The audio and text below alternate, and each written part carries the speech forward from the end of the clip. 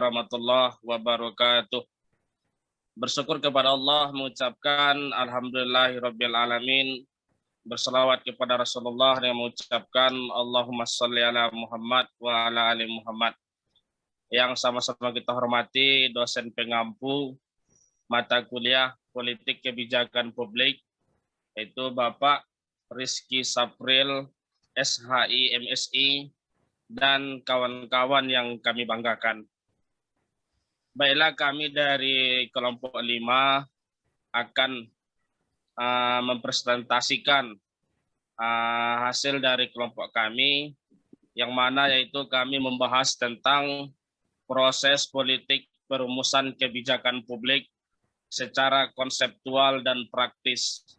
Kebijakan publik sebagai sebuah produk politik, pendekatan sistem politik David Easton, dan pendekatan sistem politik Gabriel Armon. Kami dari kelompok 5 beranggotakan 3 orang. Yang pertama, saya sendiri, Agung Pio Marsginta Matondang. Yang kedua, Saudari Siti Hardianti. Yang ketiga, Saudara Yuda Mulki. Baiklah, tanpa memperpanjang mukadimah, untuk pembicara pertama kepada Saudari Dian, kita persilakan.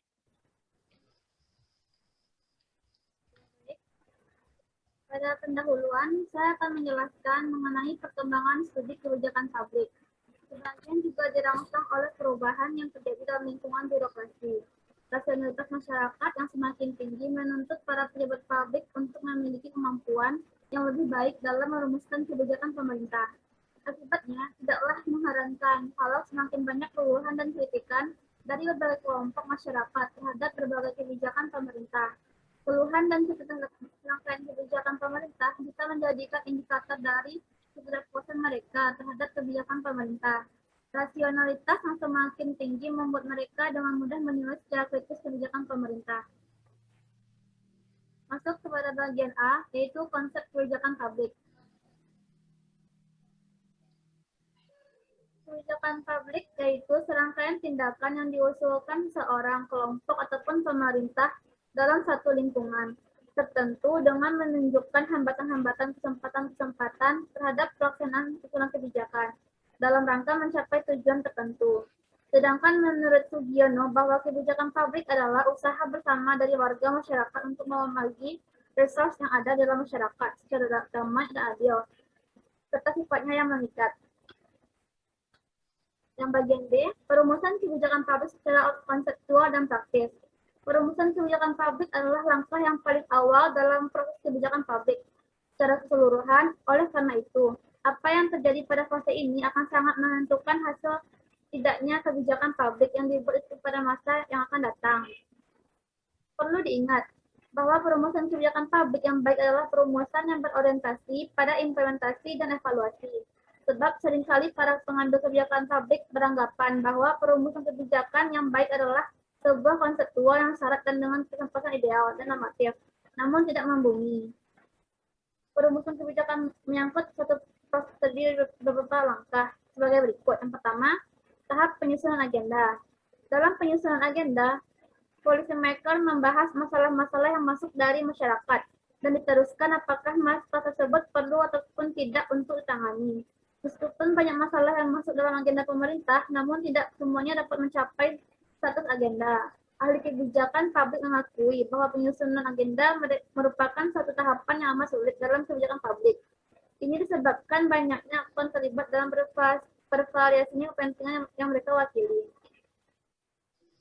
2. Tahap formulasi kebijakan. Masalah yang telah masuk ke agenda kebijakan dibahas oleh para pembuat kebijakan. Masalah tersebut didefinisikan untuk dicari alternatif pemecahan yang akan terbaik. Dibuat banyak alternatif untuk penyelesaian masalah. Yang tahap ketiga, adopsi. Kebijakan tadi banyak alternatif kebijakan yang ditawarkan oleh para perumus kebijakan. Akhirnya, salah satu di antara alternatif kebijakan tersebut diadopsi dengan dukungan para aktor ataupun konsensus antara aktor. Informasi mengenai manfaat bersih dan dari setiap alternatif yang ditawarkan. Tahapan yang keempat, implementasi kebijakan. Pada tahap ini, alternatif kebijakan yang telah ditetapkan dilaksanakan oleh unit administratif dengan memobilisasi berbagai sumber daya. Tahap evaluasi kebijakan. Kebijakan yang telah diimplementasikan kemudian dinilai untuk melihat sejauh mana ataupun tingkat keberhasilan kebijakan yang dibuat telah mampu memecahkan permasalahan untuk meraih dampak yang diinginkan. Sekian dari saya, kembali ke moderator. Terima kasih kita ucapkan kepada Saudari Siti Hardianti. Baiklah, selanjutnya akan disajikan oleh Saudara Yuda Mulki. Kepada saudara tersebut kita persilakan. Baiklah, terima kasih kepada moderator. Materi yang selanjutnya yaitu kebijakan publik sebagai sebuah produk politik. Kebijakan publik diartikan sebagai suatu produk hukum. Diperkuat juga oleh Nogi dan kawan-kawan bahwa sesungguhnya produk hukum yang ada pada dasarnya adalah hasil dari kebijakan publik yang melewati proses formulasi kebijakan di mana telah dipilih alternatif tindakan yang harus dilakukan pemerintah. Kebijakan publik itu berisi sejumlah keputusan yang terangkai atau tidak tunggal tetapi banyak keputusan yang tidak terpisah. Tujuannya jelas, yaitu termasuk cara untuk mencapai tujuan tersebut. Dibuat untuk merespon masalah yang terjadi pada suatu situasi tertentu oleh seorang aktor atau sejumlah aktor politik yang terdiri dari eksekutif, legislatif maupun yudikatif atau termasuk pula aktor non-pemerintah.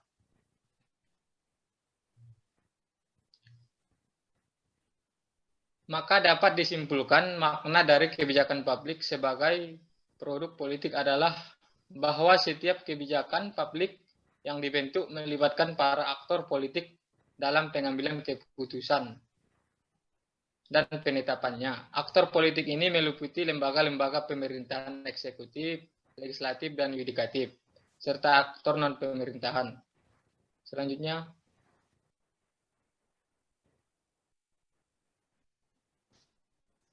materi yang keempat yaitu pendekatan sistem politik David Eston. Eston mendefinisikan politik sebagai proses alokasi nilai dan dalam masyarakat secara otoritatif. Kata secara otoritatif membuat konsep sistem politik Eston langsung terhubung dengan negara. Eston mengembangkan 4 asumsi atau anggapan dasar mengenai perlunya suatu teori umum sebagai cara menjelaskan kinerja sistem politik.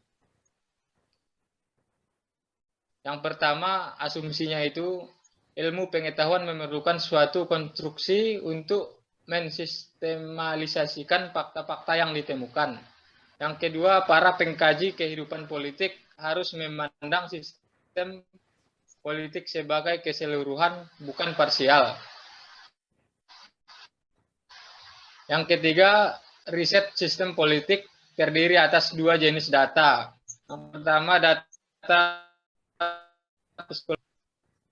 data psikologis terdiri atas karakteristik personal serta motivasi para partisipan politik.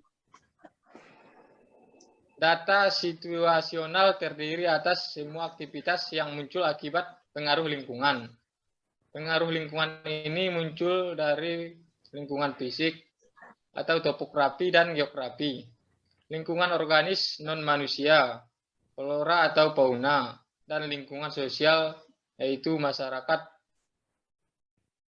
Yang keempat, dari asumsi dasar Eston adalah sistem politik harus dianggap berada dalam suatu ketidakseimbangan.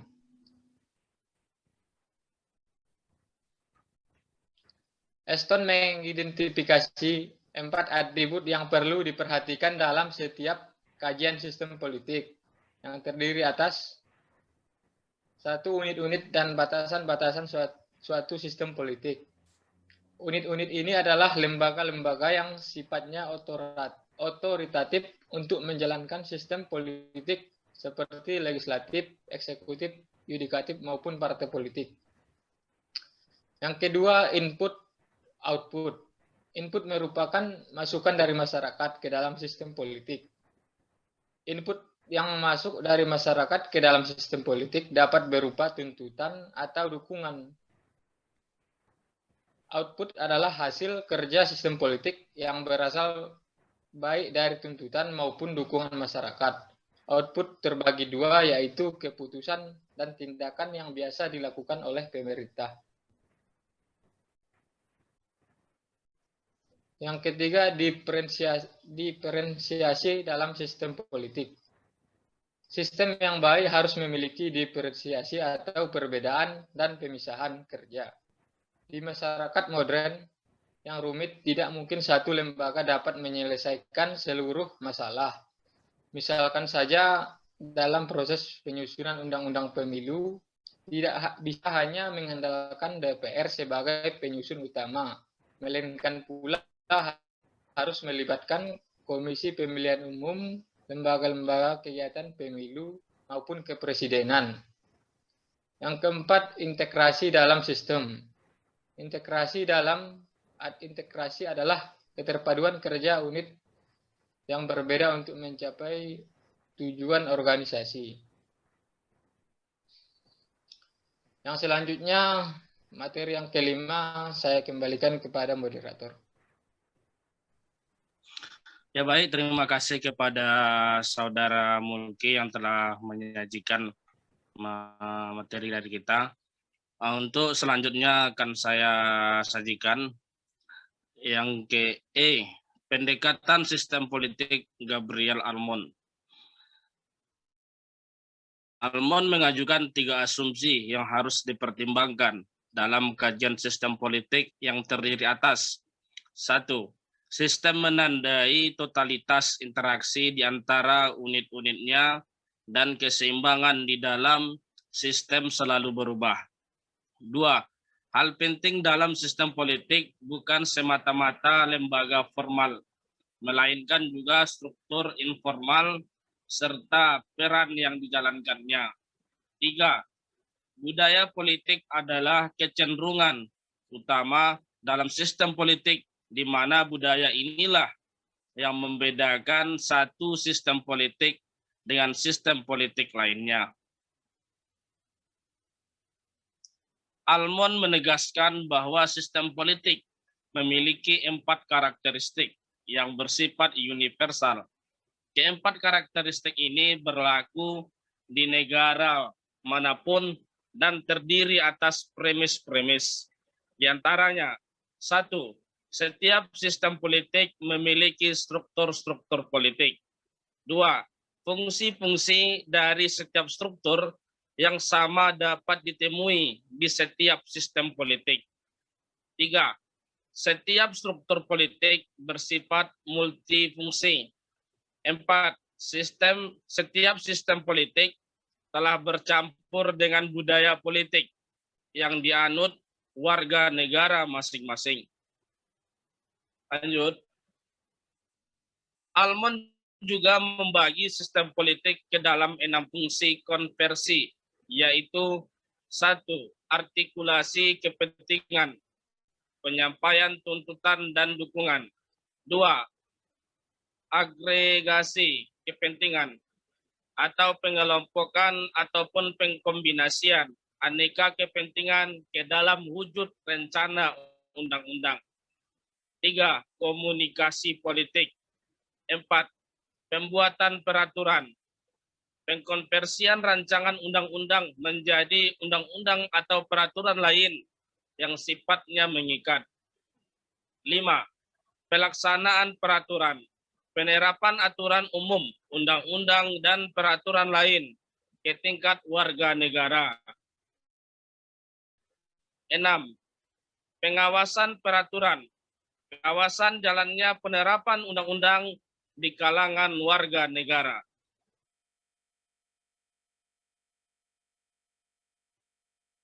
Selanjutnya, kelebihan dan kekurangan sistem politik menurut David Easton dan Gabriel Almond.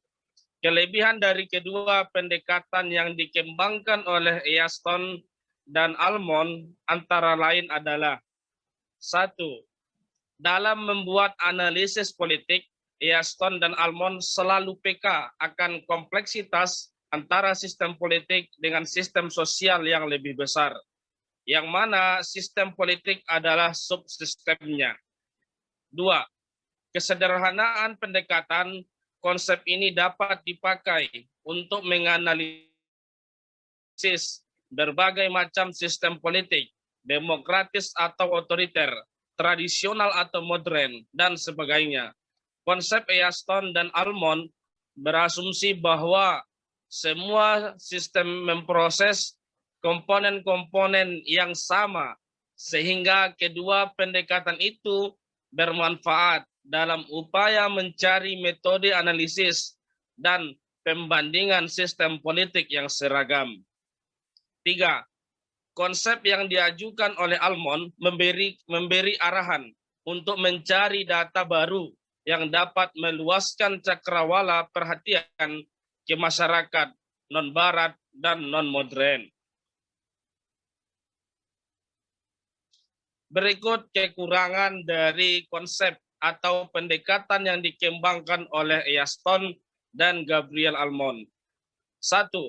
Analisis yang dikemukakan baik sistem maupun struktural fungsional tidak memberikan rumusan yang terbukti secara empirik atau tidak menghasilkan teori. 2. Tidak menjelaskan hubungan sebab akibat. Kedua pendekatan itu lebih menitik beratkan pada penjelasan analisis. 3. Analisis struktural fungsional Almond memiliki masalah ketidakjelasan konsep tentang fungsi. Almond tidak menjelaskan garis-garis yang membatasi fungsi-fungsi dalam masyarakat politik. 4. Kedua pendekatan itu dikritik karena sangat dipengaruhi oleh ideologi demokrasi liberal barat. Terlihat jelas pada asumsi Almond yang mengatakan bahwa fungsi-fungsi yang ada di sistem politik itu di barat, politik di barat pasti juga ada di sistem non-barat. 5. Kedua pendekatan itu juga dikritik kecenderungan ideologisnya karena cara memandang masyarakat yang selalu organisme. 6. Obsesi Almond tentang equilibrium dan kestabilan telah membuatnya keliru tentang manfaat yang mungkin terdapat dalam disequilibrium seperti revolusi atau perang kemerdekaan. Baiklah, sekian terima kasih. Mewakili kawan-kawan dari kelompok 5, barangkali itulah yang dapat kami tampilkan. Semoga kawan-kawan dapat memahami. Mohon maaf apabila ada kekurangan. Sekian terima kasih. Wabillahi taufiq wal hidayah. Assalamualaikum warahmatullahi wabarakatuh.